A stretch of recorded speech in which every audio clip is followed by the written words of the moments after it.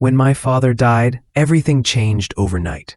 My older brother Daniel inherited everything: the mansion in Beverly Hills, the luxury cars, and even my father's company, Stonewell Enterprises. I got nothing but an old beat-up leather briefcase that looked like it had survived a war. Daniel laughed when I received it. His wife joined him, sipping champagne like they were celebrating my humiliation.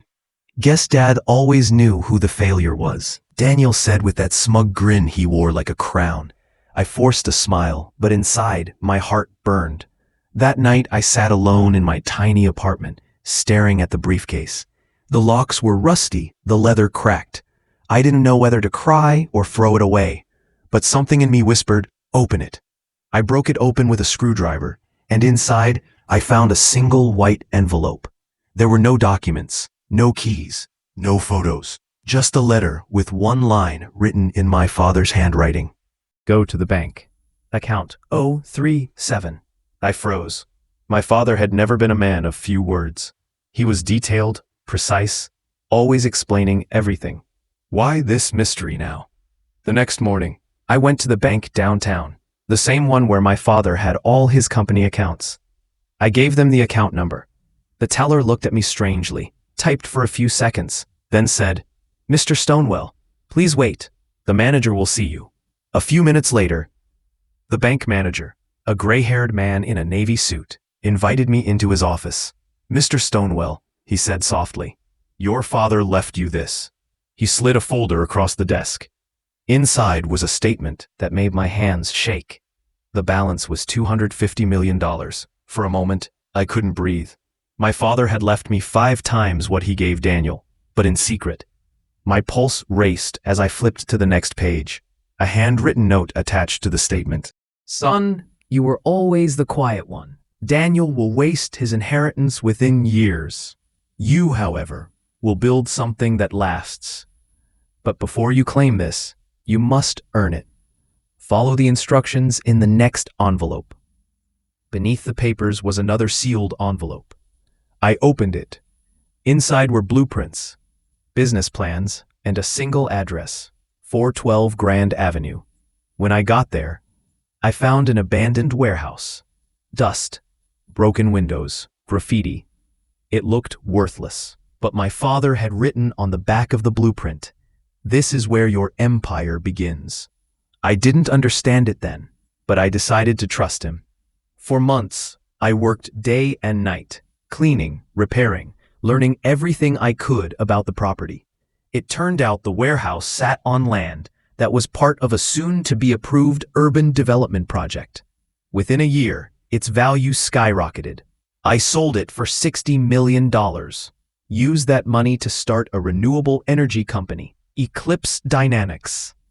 I poured my soul into it, and within 5 years, it became one of the fastest-growing companies in California. We focused on clean tech, something my father had always dreamed about, but never pursued. Meanwhile, Daniel's empire crumbled. He spent millions on cars, parties, and risky business deals. His mansion was mortgaged, his company bankrupt. I watched from a distance, remembering every insult, every laugh he threw my way. But revenge isn't always about destroying someone. Sometimes it's about proving them wrong. One evening, 5 years later, Daniel showed up at my office. His suit was wrinkled, his eyes tired. He looked like a ghost of the man who once mocked me. "I need your help," he said quietly. For a long moment, I said nothing. Then I offered him a chair. "Funny," I said. "You never needed my help before." He lowered his head. "I was stupid. I thought money made me better. But you made something real." I looked at him and felt something I hadn't expected. Not anger, not hatred, but pity. My father's words echoed in my mind. "You will build something that lasts." I wrote him a check for $100,000. "Take this, start again," I said, "but this time, earn it." He looked at the check like it was a lifeline. "Why?" he whispered. "After everything I did to you?" I smiled faintly. "Because Dad taught me the difference between inheritance and legacy." He nodded, eyes wet, and walked out. That was the last time I saw him. Years later, I found out Daniel had moved to Texas, opened a small business, and started helping other bankrupt entrepreneurs get back on their feet. Maybe he'd finally learned. I often visit my father's grave. I tell him about the company, the projects we've launched, the lives we've changed.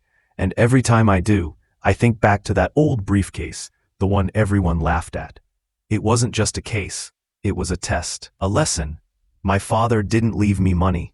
He left me purpose. And that, I realized, is the greatest revenge of all. Success built on wisdom, not wealth. Because when you rise through your pain, when you let your scars guide you instead of break you, you don't just win, you transform.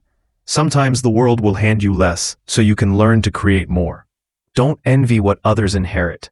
Build what they'll never have. Resilience, vision, and peace.